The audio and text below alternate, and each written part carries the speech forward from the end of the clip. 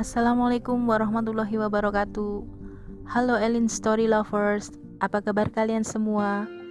Semoga selalu dalam keadaan sehat, dimudahkan segala urusannya dan dilancarkan rezekinya, serta dijauhkan dari segala musibah, bencana, dan mara bahaya yang ada di dunia ini. Sebelum kita lanjut ke dalam story, jangan lupa subscribe, like, komen, dan share. Dan aktifkan tombol loncengnya agar kalian tidak ketinggalan dengan story-story yang terbaru. Namun sayang, Mas Jatmiko tidak ada respon sama sekali terhadapku. Terkesan tidak mau kenal denganku.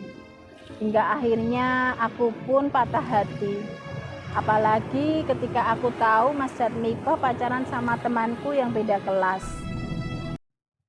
Open Diary.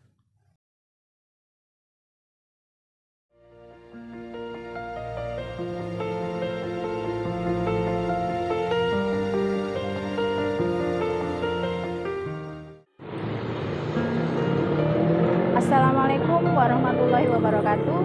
Halo Elin Story Lovers, apa kabar kalian hari ini? Pada kesempatan kali ini saya akan membawakan sebuah kisah yang dikirim oleh Mbak Yani di Jogja.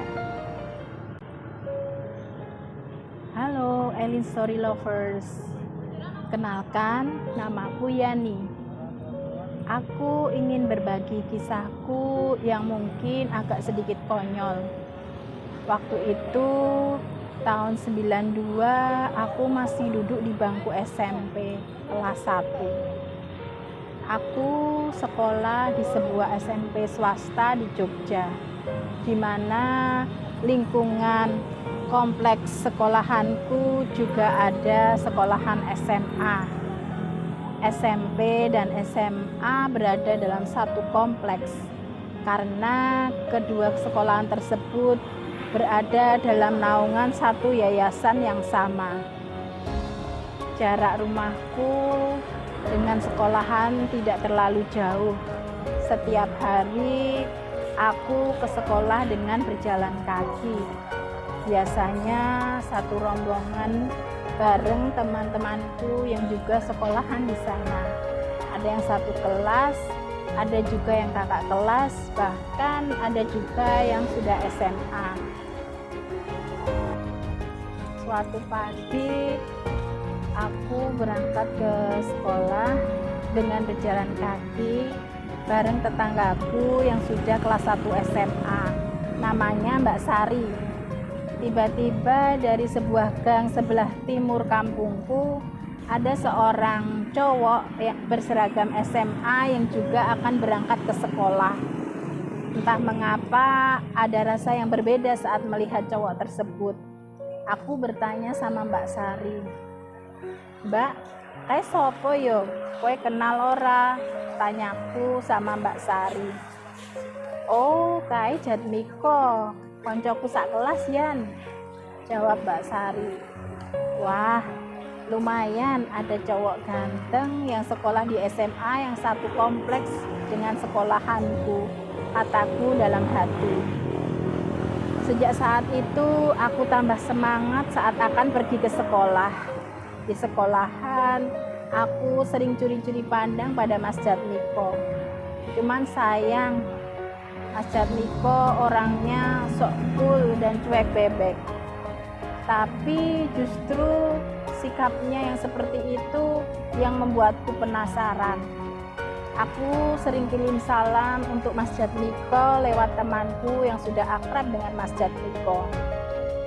Bahkan sewaktu lebaran, aku sempat berkirim kartu lebaran warna pink untuk Mas Jatmiko, yang ternyata rumahnya tidak terlalu jauh dari rumahku.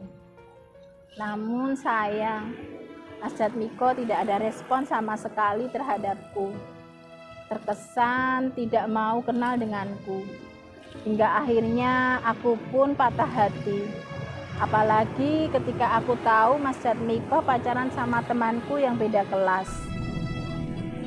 Akhirnya aku pun lulus SMP dan melanjutkan ke sebuah SMA negeri yang bukan SMA di kompleks tersebut.